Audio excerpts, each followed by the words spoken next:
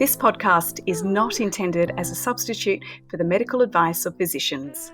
The listener should regularly consult a physician in matters relating to their health, and particularly with respect to any symptoms that may require diagnosis or medical attention. Thank you and enjoy listening. Well, oh my goodness, James, I am so excited to see you. Whoa, it's just amazing. You're the best. Everyone, this is James Vivian from the incredible James Vivian Skin Clinic in Melbourne. James, welcome. Hi, so nice to see you and be talking to you. Oh, and thank you so much for having me today. My absolute pleasure. James, we met originally via Zoom, funnily enough. It would have been last year when we were prepping for NSS 2023. So we're part of the scientific committee for NSS, which is a real honour, isn't it, for both of us? Really, really wonderful. And we've got a meeting tomorrow, don't we? I know.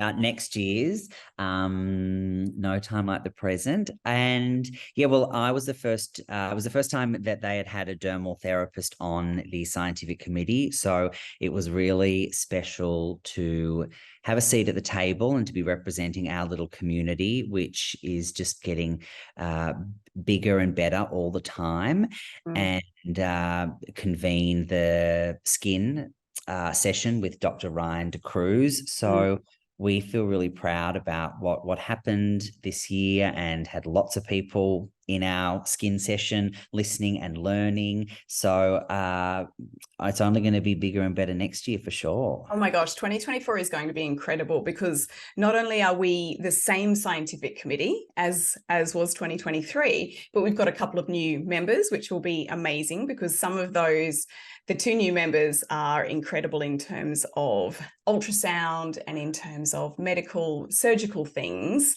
But the fact that we're covering things like skin, finally, in the realm of non-surgical cosmetic medicine, is so important, because skin is, skin, it's our largest organ for a start, but skin is our life, and skin is for sure your life. And I really would love if you could tell everyone how you got into skin in the first place.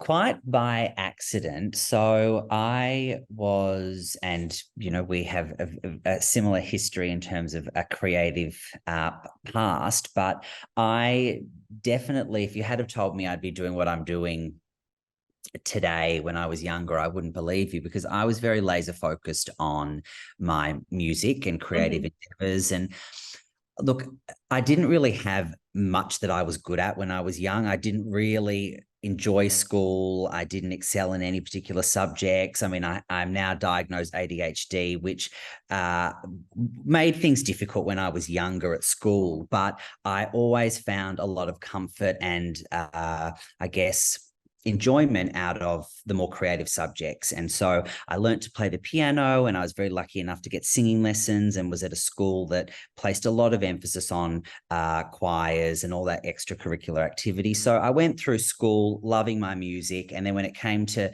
the end of year 12, when everyone was deciding what they might like to do next, well, there really wasn't another option for me, because I loved my music. So I went and I studied it at a university level. Still not really thinking about the future, but just, loving my time. Just wanting to perform and wanting to... Correct. And you're being surrounded by other musicians. Oh, yes. And then all of a sudden I found myself like having graduated, and it's like, oh, now this passion or hobby of mine is actually now supposed to now be what I make money from. And I didn't really quite know how to connect the two together. Yeah. But simultaneously, I had taken serendipitously, I had taken a part-time job at ESOP. And I, on my very first shift, had a facial by a woman called Maria Vovos.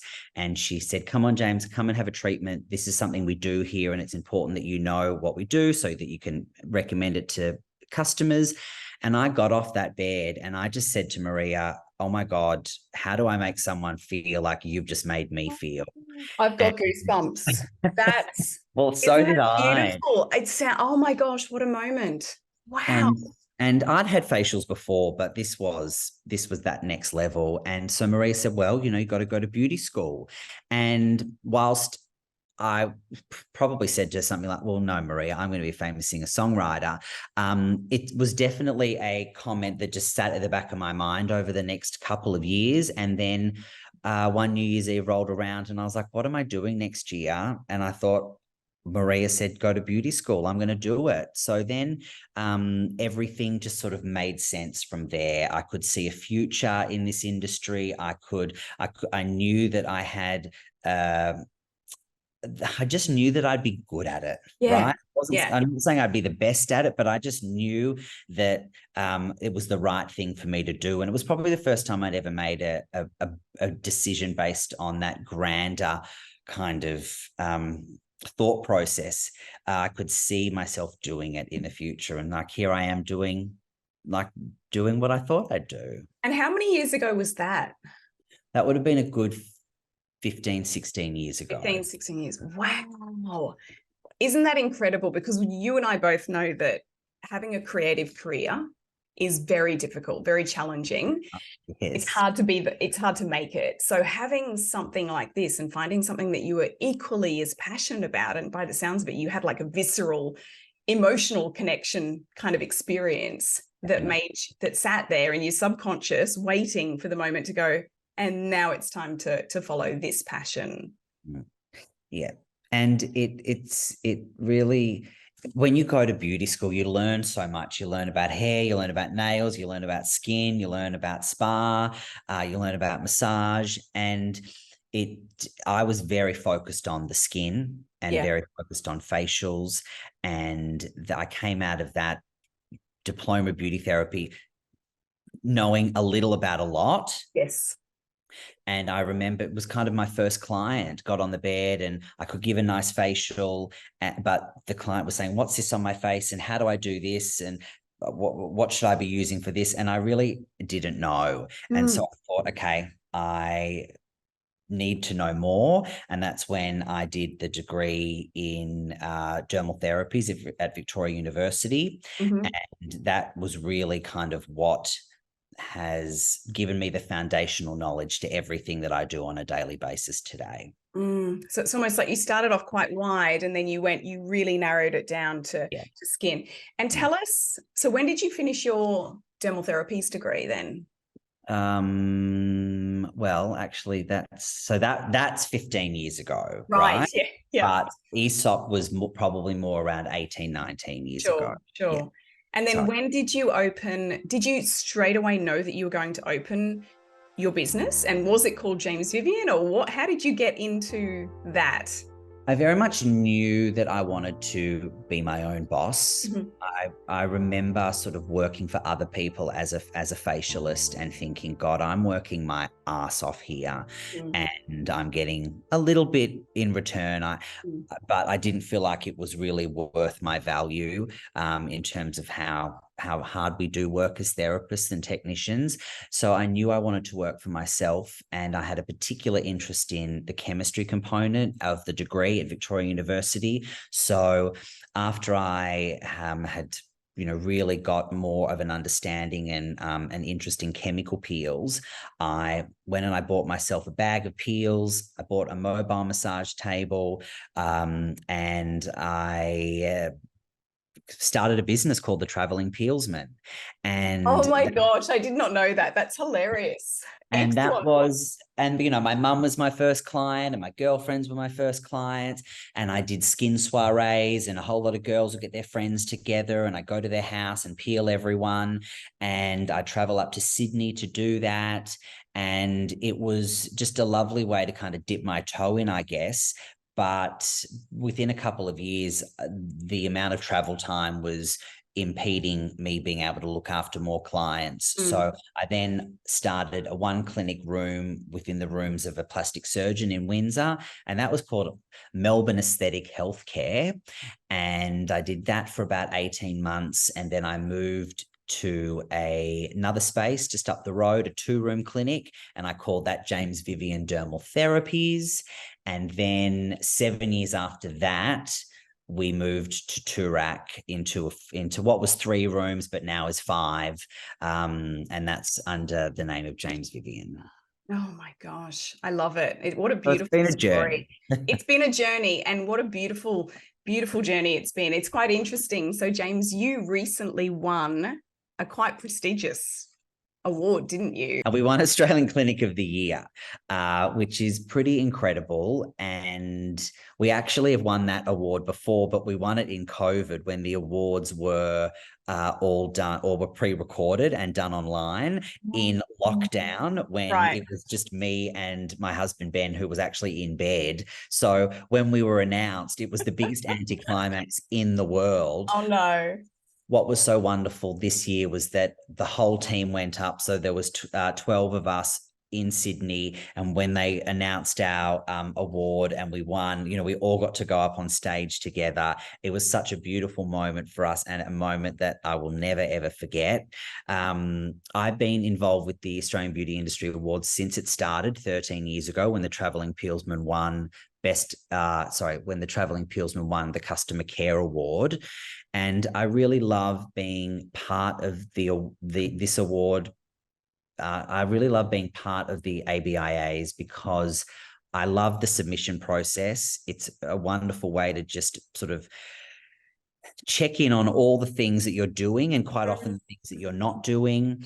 And the awards night is always such a moment of celebration, and a great night for our industry. I love the idea of that. That sounds like a fantastic kind of, like you say, the submission process, the awards, everything. We don't have anything like that. Not that they should be separate, they should be all together. But in terms of the injectable side of things, the awards that we have, I don't know about down in Melbourne, but the awards that we have up here in Queensland are the Career Mail Awards. And they're essentially, you basically so best injecting clinic in Brisbane or something, or Queensland it's called, and you harangue your followers to pay the subscription to the Career Mail and vote for you. So it is so biased, it's unbelievable. I'm amazed anyone can even sit up straight. It's so far tilted. So it's kind of like popular vote. It's by popular vote, and it's ridiculous. So something like the ABIAs sound amazing in terms of actually getting, because if there was something that we had to submit for and had to actually put the time and effort into, I can almost guarantee you that those people who win these Career Mail Awards would not even be placed. They wouldn't be anywhere to be seen.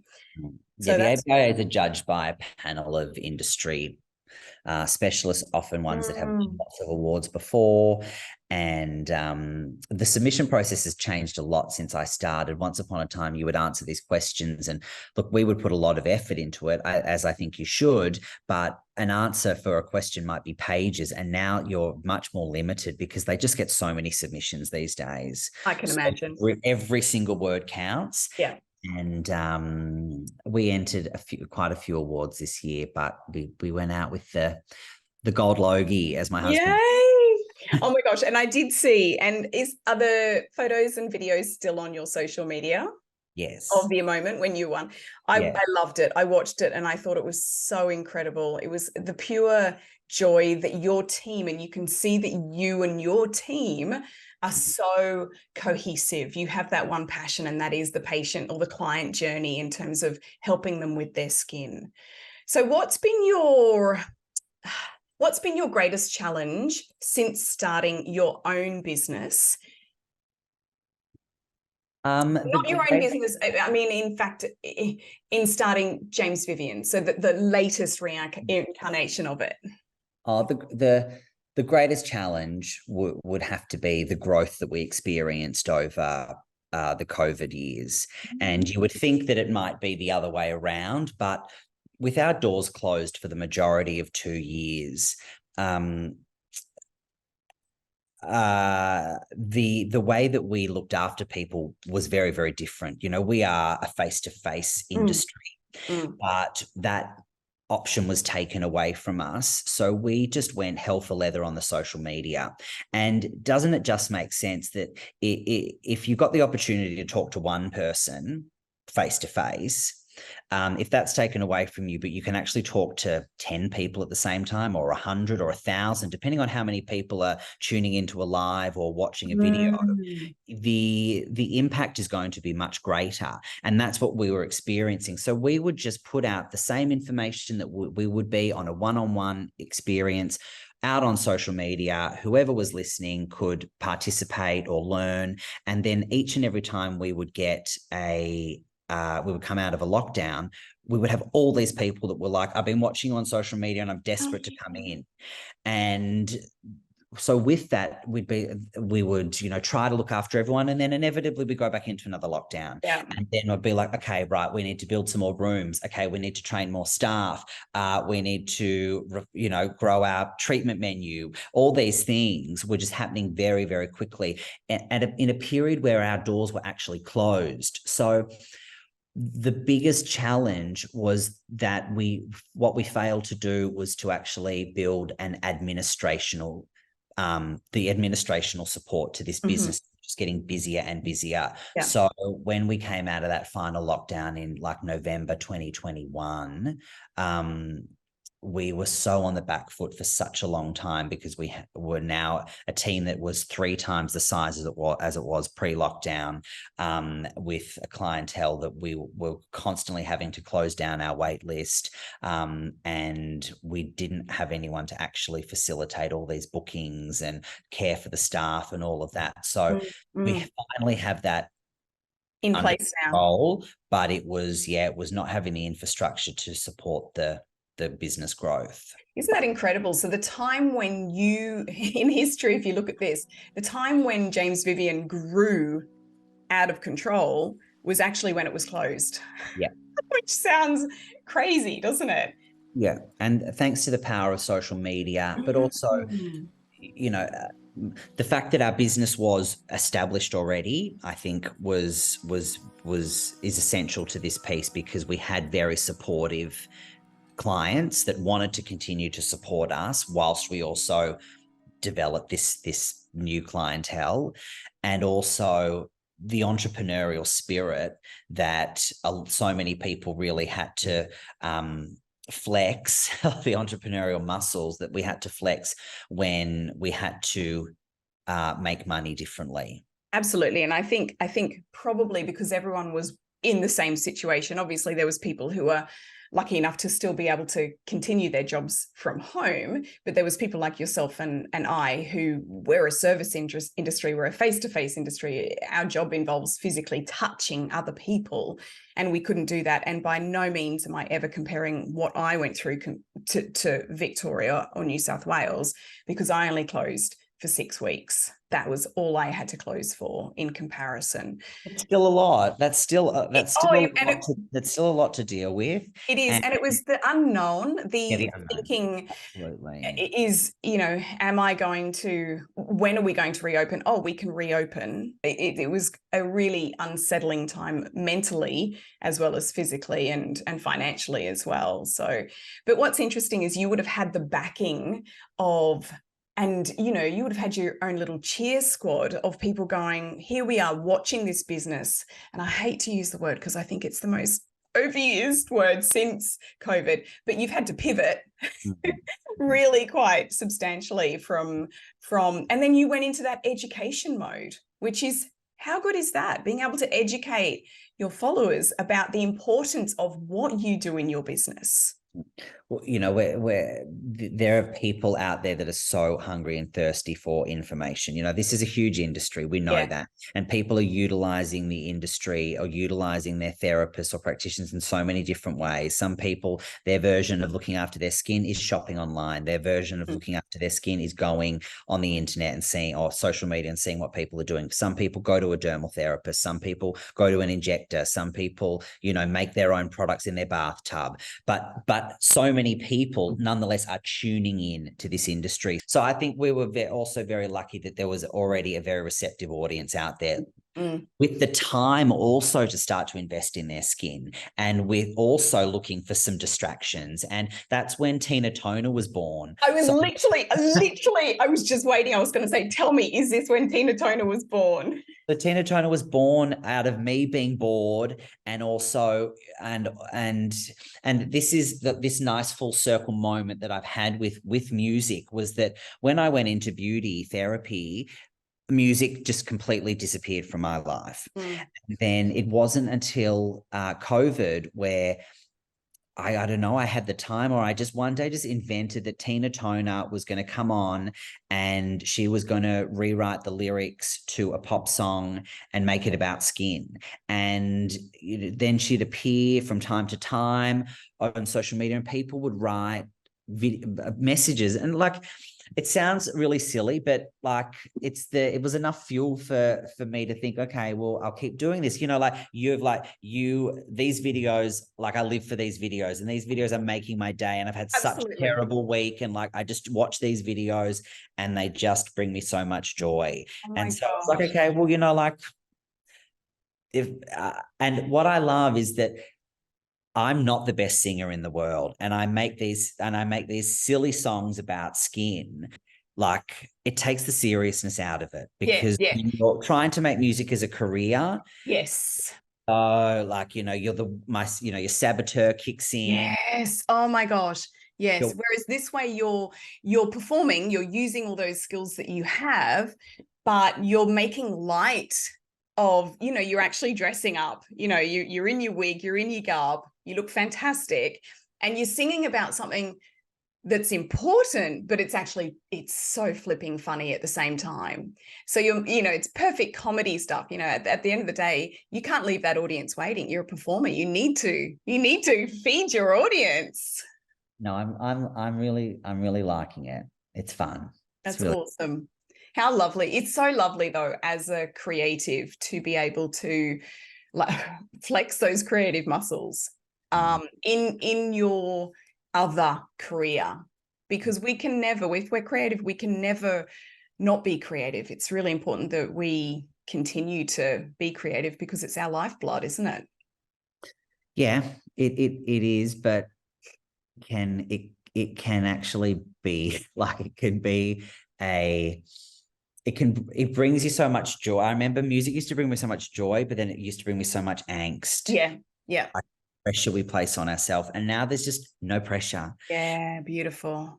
Any more like laissez-faire. If she tried, like, her wig is so thirsty, like she doesn't wear any makeup, like Yeah. she doesn't, no one here is taking themselves very Yes. seriously. Yes. Yes. And I think that's as well what people love, because they don't want to see a polished performance.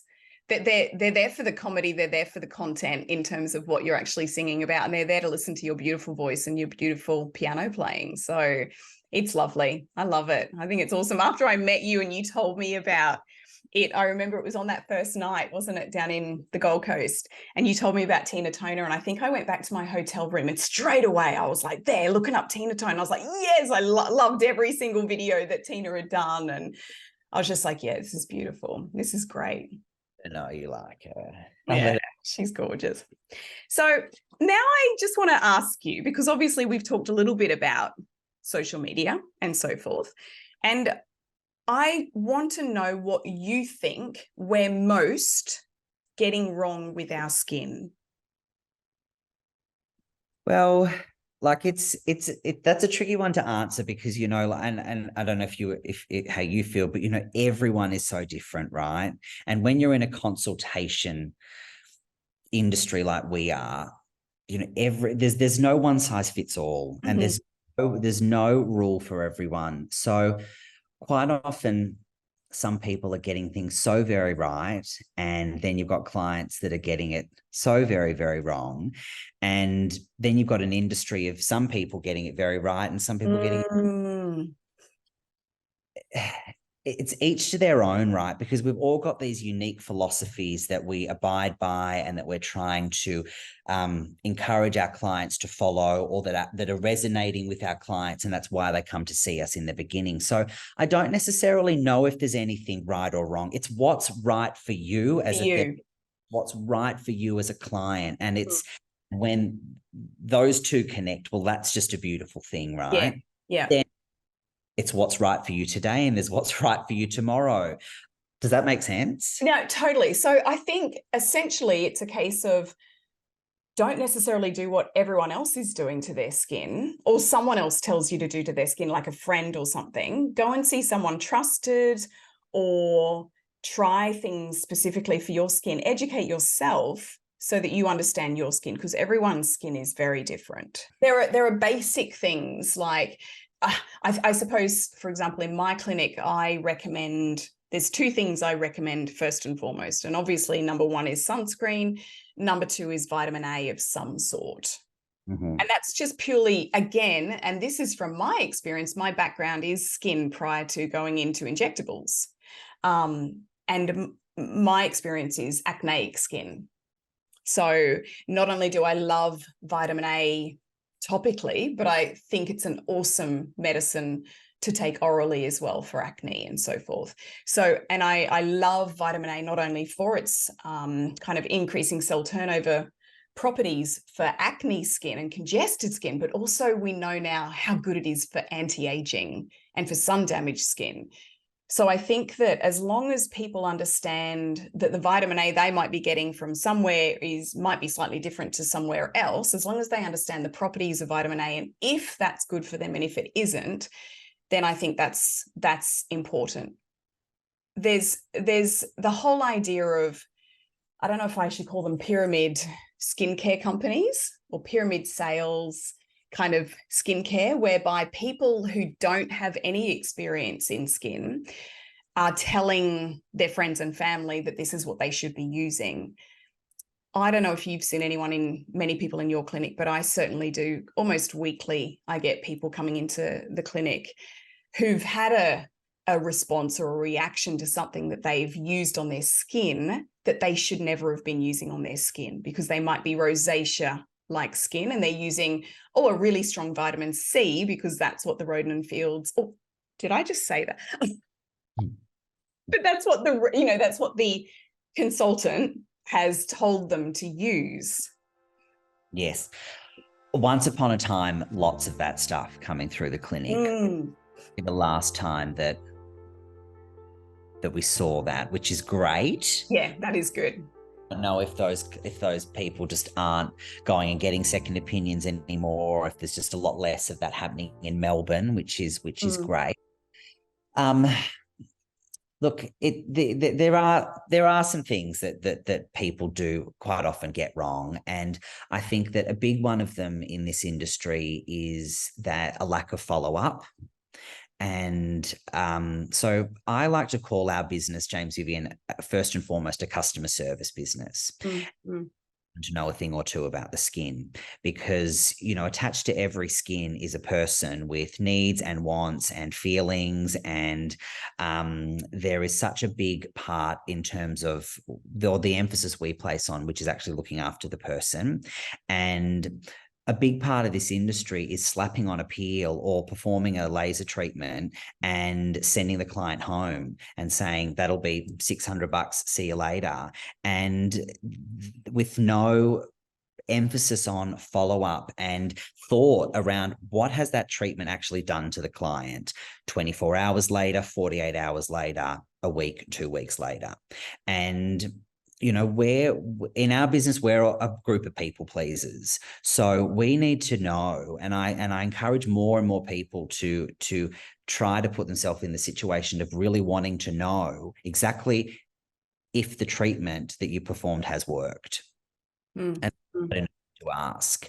And that allows the client to know that you truly care about them. It allows you to get that positive feedback that what you've done has actually worked. And it also allows you to prevent, ideally, negative reactions, because you're on the front foot of anything that hasn't maybe gone to plan in relation to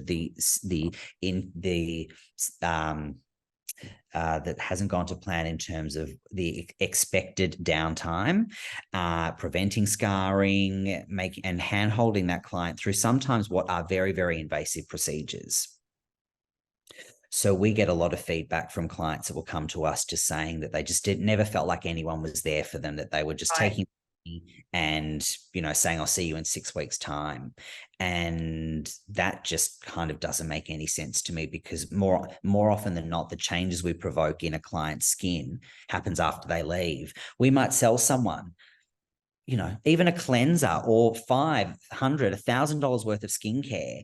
I don't think it's enough to say to them, I look forward to seeing you in 4 weeks' time to see how this has gone. Like, you want to know how that's going in real time. And often there's so much of there's such a big exchange of information that that's in your client's head that you're trying to get everything that's in your head into the client's head, and don't assume that they're hearing everything. Absolutely. Definitely. There was something like vitamin A usage, like you said before. The amount of times that you send someone home with a new vitamin A product and you say to them, use it every 3 nights for 2 weeks. If no signs of sensitivity or irritation, go to 2 nights. And then you check in with them and they're like, I'm peeling. And you're like, not a problem. Tell me, how often have you been using your vitamin A? I've been using it every night since I saw you. So rather than them coming back in 4 weeks' time being like, I'm here for my peel, and you're like, I can't peel you, you've got no skin left, you get to actually educate them and to still instruct them to what to do when they're not there. Yeah, absolutely. That's so true. I think sometimes we don't hear about something like a retinoic acid response until they've got it. So we're not checking in with them because, like you say, we're telling them a lot. So they might have come in for a treatment, and then we're prescribing them our skincare, and we're prescribing them the vitamin A. And the vitamin A, you know, we tell them everything, but the sheet that we give them is this long about their do's and don'ts. And yes, breaking into it gently, starting off gently, you know, weaning into it quite slowly. And, you know, we had a lady not long ago who basically it was probably about a week and a half later, and she called and said, oh, I've got broken out. I've got these pimples all over my face, especially around, you know, the classic kind of nasolabial fold area, and around the nose, and also in the neck folds, the skin in the neck. And so we asked her to send in a photo, and I was like, oh gosh, poor thing. She's kind of, you know, yes, she does have little dots, but those little dots are actually from a retinoic acid response. So to then tell her to, you know, to tone it all back and go really back to basics, and that she wouldn't be able to use the other products that we'd, you know, sold her for some length of time, felt kind of counterproductive, you know? Yeah. So you do everything you can to try to prevent that. And that's a perfect example of getting on the front foot of those sorts of things. Absolutely. I agree. Now, so in saying that, James, do you have a particular product that you love the most, or a particular treatment that you love the most? Again, like, you know, I'm diplomatic, because like the best treatment for someone on the day, the best product is based on what that person's concerns are. I really, you know, I think that this, as a dermal therapist, I view our role as connecting a client's concerns with their solutions, with possible solutions, and really just being the facilitators of those concerns. And we've got treatments, we've got products, we've got advice. Sometimes the best advice is no advice, as That's you know. right. But what I like are treatments that work every time, and that we like to fill our clinic with, as opposed to those treatments that work on some people but don't work on everybody. So I love exfoliation, and I love it in home care, I love it in clinic, and it's, you know, it's nothing revolutionary, but there's go about it. And it's an art form in terms of choosing the right peel and really collaborating with your client to ensure that it is the right one for them based on downtime, discomfort, and the health and current status of their skin. When you choose it right, the skin just it glows, it pops, it becomes a gateway to increase the penetration of all your fabulous skincare that you use. It smooths the texture, makeup glides on, it really, and it's an easy win, right? Come in with this long list of concerns, pigmentation, vascularity, aging concerns, texture, pores, hydration, dullness, sagging, and a lot of those take months to maybe make a dent in and take multiple treatments to make a dent in. But you want the glow, you want the hydration, you want your makeup to glide on easy. They're easy wins. Stick some peels or combine some peels, take them on a little peel journey, and the skin, people often feel just so much better about their skin. And I often encourage people to not look at their skin in individual zones and areas. Let us work on your skin as a whole, make you feel a little bit better about your skin. And quite often we've got clients that come with this long list of concerns, but they've never done anything to their skin before. And I'm like, you just need to calm down. Just give me a few treatments. And then let's start to really see if you still want to hone in on those little inconsistencies, because be like, oh my God, my skin is so different. And that is not a big investment in terms of time, in terms of money. It's just about, trusting the process and then reviewing what's next from there. So do you generally start them on a lower strength peel and then build it up, or would you happily keep them if they're getting results like staying at a consistent level in terms of percentage? Oh, but one of my mottos in life and skin is always room for improvement. Yeah. You'll very rarely have a client that comes in that says that they don't want their results to be better than they were last time. So again, all part of the consultation process. How's their skin traveling? Where do we want to take it today? What have you got on over the next week? All these things inform what you're going to do today or on the day of the treatment, but always looking for opportunities to have the skin better than it was beforehand. And sometimes it's keeping it exactly where it was because that is just what's needed, but it's often just, pushing it that little bit more each and every time. Lovely. I love that. We're a big peel clinic. We love our peels as well. So that's awesome. In terms of devices and things like that, there's lots of devices out there at the moment. And I hop on my social media and I see colleagues, promoting all sorts of devices that they've got in their clinics. And it can be a bit tricky because if you don't have them in your clinic, but also very tricky for the general public to try and work out what's best. There's a lot of, we'll tighten RF needling will tighten your skin. It'll do this, it'll do that versus normal needling and that kind of thing. There's different lasers and different IPL machines. And not even going into things like HIFU and skin tightening in that respect. There's so much. There is. And it's overwhelming from the client or patient perspective. It's overwhelming, and I can get overwhelmed too, right? Our philosophy at James Vivian is to work with the best. We owe it to our clients to have the best, but the challenge, but with what I said before about trying to have modalities in our clinic that work for everyone, it actually cuts through a lot of the noise. Because, for example, with the radio frequency, they're the things that I find work well on some people, but not on others. And you don't often know if it's going to work until you've tried it, right? And those treatments ain't cheap often. So we like to, and if it's not going to work on everyone, we just don't do it. And we're very happy to say, oh, you're interested in that? Well, we know that X place down the road does it. So go there and have a go and let us know. you'll never be a clinic that can have everything. You'll never be a clinic that can look after everyone. But as long as you know what it is you've got, and as long as you can really, really communicate that with your clients as to who is a good or not a good candidate for your treatments, then you don't need to worry about it, because you stay in your lane. That's something we say at JV all the time. We know what we can do, and we're still always growing our treatment menu, but we're growing it on an as needs basis, because we really feel like we're missing something, and then we're able to find that thing that is yielding a great result on everyone that has Everyone. I love that. I think that's so important.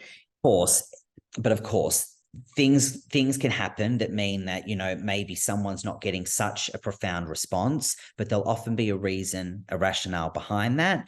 Let's use IPL, for example. We will always err on the side of caution. And I say to the team, I'd much rather you repeat that treatment complimentary if we've just undertreated, but we'll undertreat for a reason. We'll be like, I know we've patch tested, but this client has had 4 decades lying in the sun. I'm just going to pull back a bit, or there's something about their temperament that means, or their past experience at a clinic that might mean that we're just going to pull back.